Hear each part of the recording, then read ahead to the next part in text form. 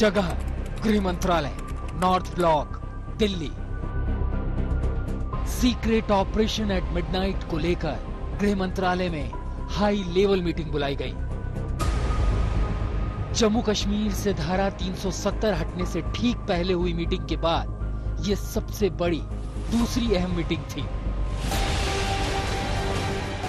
गृह मंत्री अमित शाह की अगुवाई में हो रही हाई लेवल बैठक में ईडी के director, NIA chief, IB chief, raw chief, केंद्रीय गृह सचिव और गृह मंत्रालय के सीनियर अफसरों ने अपनी सीक्रेट रिपोर्ट पेश कर दी थी। करीब 60 मिनट चली बैठक में कई विकल्पों पर चर्चा हुई और ऑपरेशन एट मिडनाइट के लिए 2 तारीख तय की गई। पहली 22 सितंबर और दूसरी 27 सितंबर। ऑपरेशन मिडनाइट को अंजाम देने में सबसे बड़ी चुनौती पूरब से पश्चिम, उत्तर से दक्षिण तक कानून व्यवस्था के बिगड़ने की थी। मतलब कि ऑपरेशन में जोखिम बहुत बड़ा था। गृह मंत्रालय को बहुत बड़ी फाइल पर मुहर लगानी थी। यहाँ सवाल ऑपरेशन को अंजाम देने वालों से ज्यादा आम लोगों की जिंदगी का था, क्योंकि खतरा राष्ट्रव्यापी हिंसक प्रदर्शन और अराजकता की आग फैलाने का था। यहाँ तक कि सांप्रदायिक दंगों की आग भी कई शहरों में सुलग सकती थी। करीब 1 साल के फुल होमवर्क के बाद केंद्रीय गृह मंत्री अमित शाह ने ऑपरेशन की इजाजत दी। ऑपरेशन मिडनाइट को अंजाम देने से पहले केंद्रीय गृह मंत्री अमित शाह ने उन राज्यों के पुलिस मुखिया से डिटेल्ड रिपोर्ट मंगवाई जहां पर बीजेपी शासन नहीं है।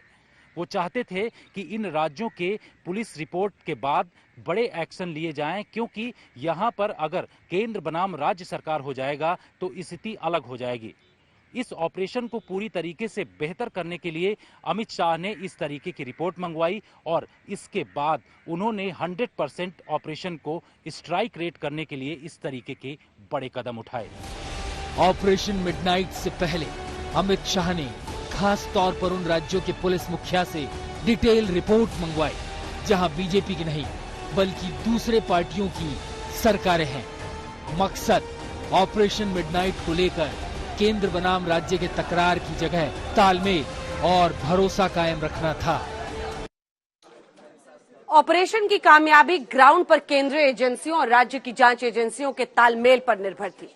एक कड़ी भी कमजोर निकलती तो ऑपरेशन कामयाब नहीं होता। गृह मंत्री अमित शाह ने इस समस्या का समाधान निकाला। केरल में पीएफआई की जड़ें बहुत गहरी हैं और वहां लेफ्ट की सरकार है। अमित शाह ने केंद्रीय गृह सचिव को निर्देश दिया कि राज्यों के गृह मंत्रालय और पुलिस चीफ से खुद बात करें, पीएफआई की राष्ट्र विरोधी गतिविधियों की डिटेल शेयर करें और फिर ज्वाइंट ऑपरेशन की तैयारी करें। शाह की यह रणनीति पीएफआई के कमर तोड़ो ऑपरेशन का मूल मंत्र बन गई।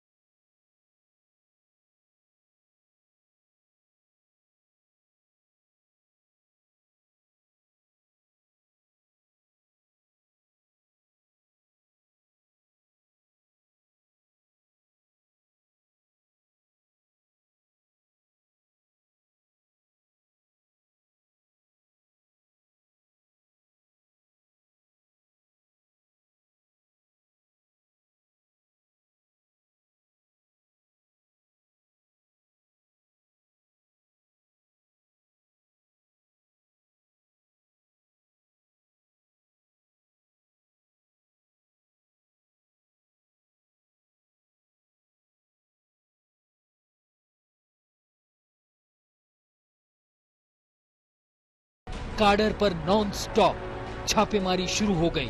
रात 1 बजे से शुरू हुई छापेमारी सुबह 5 बजे तक चली। इस दौरान जांच एजेंसियों ने 100 से ज्यादा गिरफ्तारियां की और आतंकी गतिविधियों से पीएफआई के डायरेक्ट लिंक से सबूत जुटा लिए। अमित शाह के ऑपरेशन राष्ट्रहित के तहत एजेंसियों ने ऑपरेशन मिडनाइट को अंजाम दे दिया। सब कुछ वैसा ही रहा जैसी प्लानिंग पहले से की गई थी। इसके लिए बाकायदे 6 कंट्रोल रूम बनाए गए थे। इन कंट्रोल रूम से अलग अलग अधिकारी मॉनिटर कर रहे थे।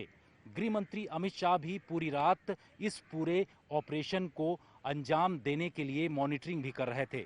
सूत्र बताते हैं कि जिस तरीके से सोचा गया था ऑपरेशन, उसी तरीके से ग्राउंड पर मौजूद अधिकारियों ने किया। उसके बाद अगर किसी भी तरीके की अनहोनी थी तो गृह मंत्रालय की तरफ से प्लान बी भी तैयार था और उसको अंजाम दे दिया जाता। ऑपरेशन मिडनाइट के दौरान कोई गड़बड़ी ना हो, छापेमारी करने गई टीम को मिलने वाले निर्देशों का इंतजार ना करना पड़े, लिहाजा 1-2 नहीं बल्कि 6 कंट्रोल रूम से पूरे ऑपरेशन पर नजर रखी जा रही थी। अमित शाह पूरे ऑपरेशन की खुद रात भर मॉनिटरिंग कर रहे थे, तो आईबी ऑफिस में एक कंट्रोल रूम बनाया गया था जो छापेमारी के पहले और छापेमारी के दौरान खुफिया जानकारी जुटा रहा था, जो गृह मंत्रालय के साथ समन्वय बैठाकर सभी एजेंसियों को भेजे जा रहे थे। एक कंट्रोल रूम गृह मंत्रालय में बनाया गया जो ऑपरेशन को अंजाम दे रही टीम को गृह मंत्री की सलाह पर सीधे निर्देश दे रही थी। एक कंट्रोल रूम एनआईए हेडक्वार्टर में बनाया गया जहां खुद पूरी रात डीजी मौजूद थे, तो एनएसए यानी राष्ट्रीय सुरक्षा सलाहकार यानी अजीत डोवाल अपने दफ्तर में बने कंट्रोल रूम से ऑपरेशन पर नजर रख रहे थे।